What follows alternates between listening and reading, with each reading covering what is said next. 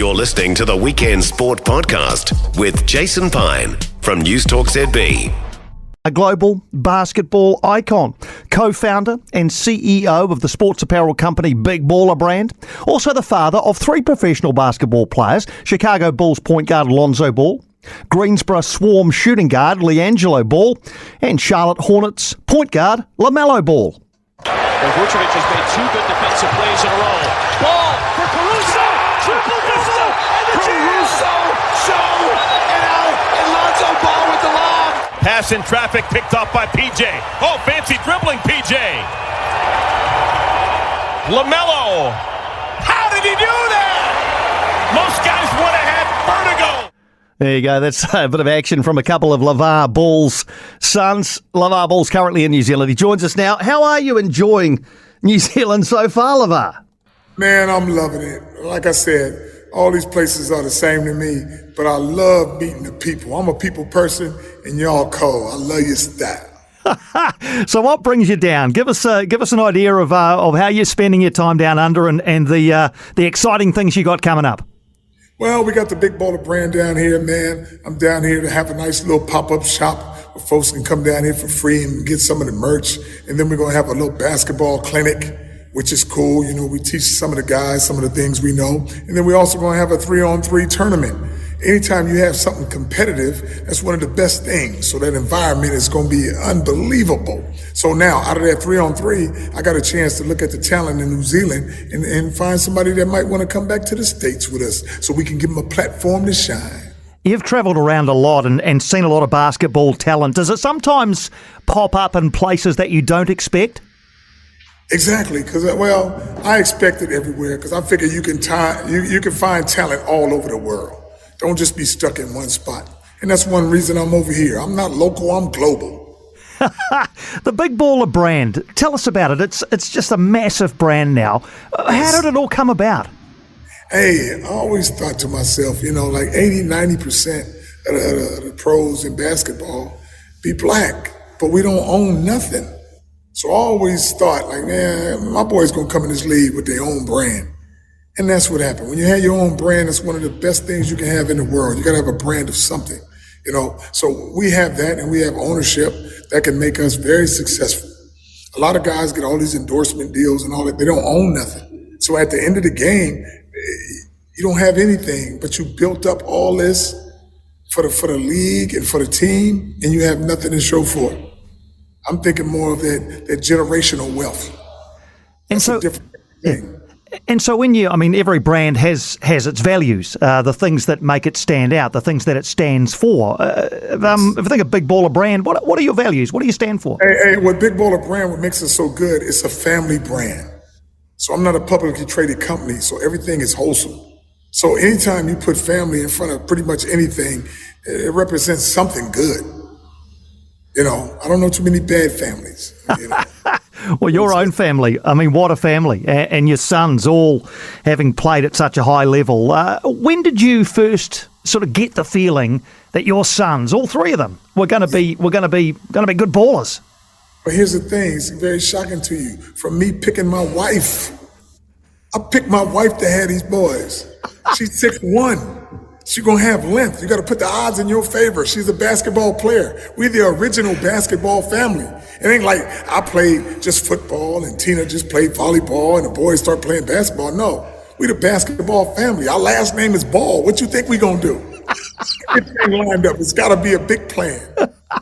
But their development, you're right. You know, genetically, you're always, it seemed as though they were going to be good players, but how much did you have to help develop them when they were very young? No, I got to develop them my way. So the training and the competitiveness I put in them when they was babies. Like I said, man, we used to play like in the AAU. Melo was in kindergarten, Jello was in second grade, and Lonzo was in third grade, and we playing the 13 and 14-year-olds. The 7th and 8th graders and beating them. And how you going to beat them if you're not bigger and stronger? You got to be faster, have more endurance and better skills. So we taking a lot of three-pointers, but my boys didn't shoot like this so you could block it. They put the ball up here and shot so you couldn't block it. I understand you even took LaMelo out of school, didn't you, to allow him focus on basketball? Yes. Was that because education's important too, so how did you come to that decision?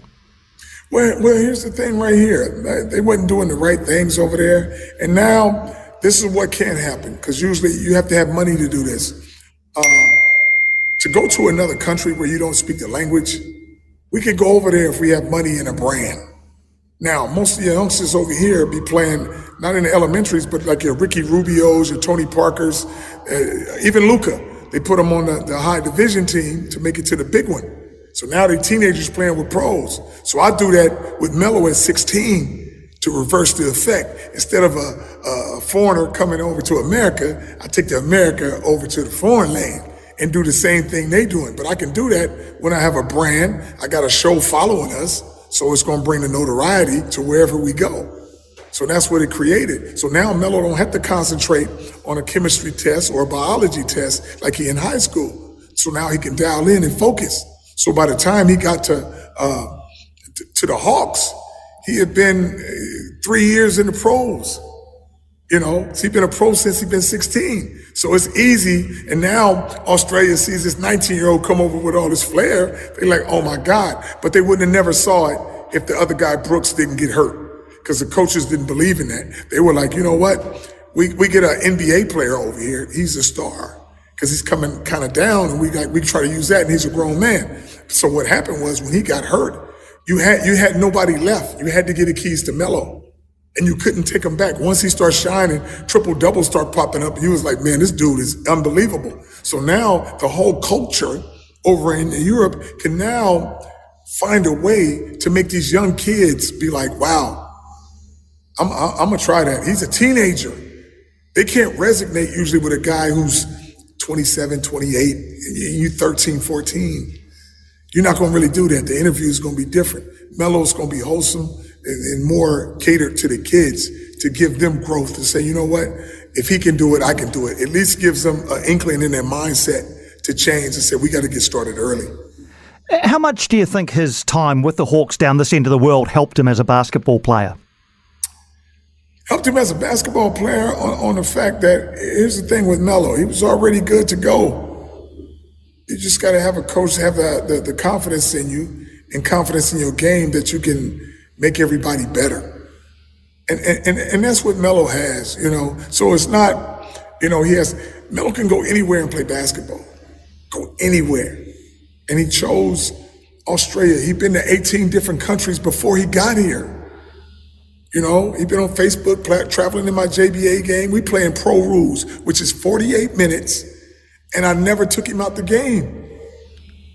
Never, so he don't get tired, he gets the skills. Ain't nothing like experience.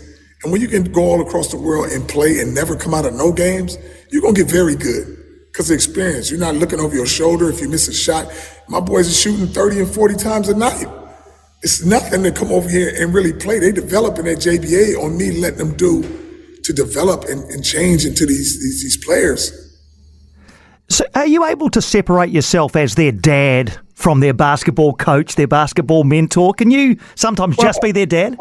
When I do this right here, I don't have to separate anything on the fact that I coached them since they was babies, and I'm always going to be their dad. So there's not, I'm your coach today, I'm your dad tomorrow. I'm your dad right now, I'm not your coach. I coached them through everything from basketball to life to making the decisions that I made. It's just like I don't smoke or drink, they don't smoke or drink. And you got to start it from here. The condition and playing the game, not for the money, but for the love of the game and the passion that you have for it. Our boys don't play for the money. I took out that element. Most of your talent comes from a lower income neighborhood. So now, if I take that out the picture, because usually if you get, let's say you have 7 kids and you stay in a 2-bedroom house and you're the last kid, they put a lot of pressure if he's 6'8" and they want him to make the league. So that's a lot of pressure. I never told my boys, hey, I need you guys to move me out of Chino Hills with this swimming pool and this grass and this big house. I need to get out of here, man. I need something better. Y'all got to work on your game. So pressure, they didn't have that. I always told them this from a baby. You born to go pro, and somebody got to be better than Jordan. Why not you? LaVar, I mean the positivity that you emanate here is just fantastic. But we all know pro sports is brutal, man. It's a roller coaster. There are injuries, there are trades, there are cuts. How have you gone about dealing with those sorts of things with your family? Well, it's part of what happens. And like I said, man, you got to understand this too. Basketball, being on TV, it's just entertainment. If you into that lane and when you want to sing, and you got to be true to yourself. There's only 450 jobs in this whole world in the NBA. Why would you chase something like that? Unless I put it in you as a baby that you're born to go pro. It never was a doubt in their mind they wouldn't make it in the NBA. So you talking about out of 450 jobs, my boy got 3 of them.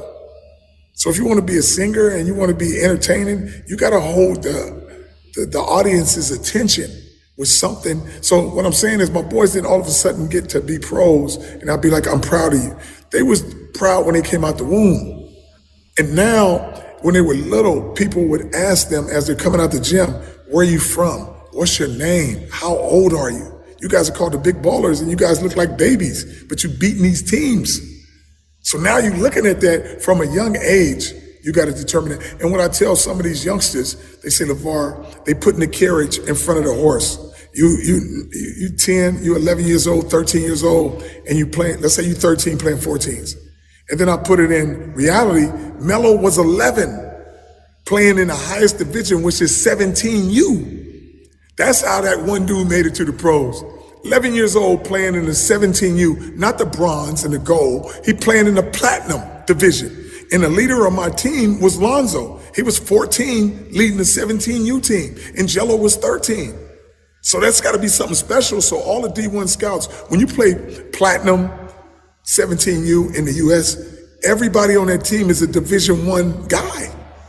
And you playing against my boys who just turned teenagers, and Melo wasn't even a teenager then. He's the worst guy, the most scariest guy to guard in the AAU. Why? Because you're 17, this coach wants you to get a scholarship to D1, and he says you can't guard an 11-year-old. The 11-year-old's getting 20 and 30 points on y'all. I got to take your scholarship. So you jeopardize your stuff trying to guard one of my boys in this 5-on-5. And if Lonzo's playing a point guard and his team is winning, the other guy that's the point guard or the 2 guard, and they don't make their team win, they say, how you can't beat a 14-year-old? We can't take you now. You talk a lot about the age thing here. It's a lot of coaches don't bet on youth, though, do they, LaVar? They don't. They feel as though, I think, and this probably goes across sports, that they need experience. They need the old heads. Right. Why don't more coaches take chances on young firebrand players? Because a lot of them don't come around. Most of them like that are probably somewhat immature or catered to, and they don't really have that talent that they think. So a lot of them don't believe in it. A lot of times, you have to be in the right place at the right time. Now, let me explain to you about that. Most of the time, you'll have a coach that has nothing to lose and comes to a raggedy team. Now you can have confidence in this coach because you have nothing to lose. In this player. So he's young. We're supposed to lose anyway. But if he's winning for you and doing special things, now you can kind of unleash on him. So you're down here, you're going to give, I understand it as well, you're looking for talent, but you've also got some, you're putting up some all expenses paid US experiences for some young Kiwi yes. ballers. This is amazing what you're doing. So, you're going to have dozens, hundreds turning up, aren't you?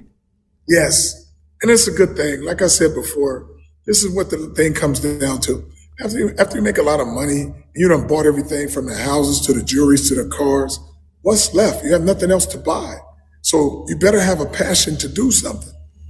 Now, like I tell my boys, you can have all this money and sitting at the top. And even if you got a passion to do something, the main thing is to help one person, 10 people, 1,000 people, 10,000 people. Give somebody else a platform. You got to help somebody at the end of the day. That's the bottom line when you're so successful. You got to help somebody do something. Do you have down days? You don't. I've been speaking to you for 15 minutes, and it's everything so positive. How do you deal with things when they don't go your way, or just do they go your way? They always go your way. I don't have any downtime on the fact that this is what I do. I don't need to have no downtime. I'm all good. This is what I I do. I'm a people person, so I enjoy speaking to people. I can do 5-10 interviews in one day. Nobody can do that if this is not what you do. If you fake and you got to come up and I got to fake stuff and I said this on this podcast and then said something else on it. No, I say the same thing all the time because I'm truthful to what I do. So I don't even look at it as downtime. So I'm not going to do, let's say the first interview, let's say it's in the morning. I'm like, whoa, shoot, it's 6 in the morning. And then I do 8 of them, and then I do another one, and I get to the last one and be like, I had a long day, man. What else? I'm the same as the first one, as the last one, no matter what time it is. Like I tell them, they can interview me at 1 in the afternoon and 2 o'clock in the morning. I'm going to be the same guy. I love that. So authentic. Just before you go, I know you've been at a couple of NRL rugby league games. You were there for the Warriors. I reckon you're their lucky charm, man. They've had a good start to the season. Hey, but any jersey the big baller gonna wear never lost. LaVar, such a pleasure to have you along in New Zealand. Man, I appreciate it. Thanks, man. I had much fun with you, man. Take care of yourself, and I love you, man. Keep doing your thing. Thanks, LaVar. Brilliant stuff. LaVar Ball, one of a kind, the one and only LaVar Ball. He is in New Zealand. The 3-on-3 basketball showcase is tomorrow at Trust Arena in Henderson, Auckland. 3-on-3 competition, a dunk competition, celebrity 3-on-3 match, celebrity 3-point shot for charity, half-court shot prizes, and just being in the presence of that man. You could hear it, I'm sure, coming through your speakers. Just incredible positivity of LaVar Ball. Just a pleasure to have him in the country and a pleasure to have him on the radio show. Thanks to the organisers for making that possible. For more from Weekend Sport with Jason Pine, listen live to News Talk ZB weekends from midday or follow the podcast on iHeartRadio.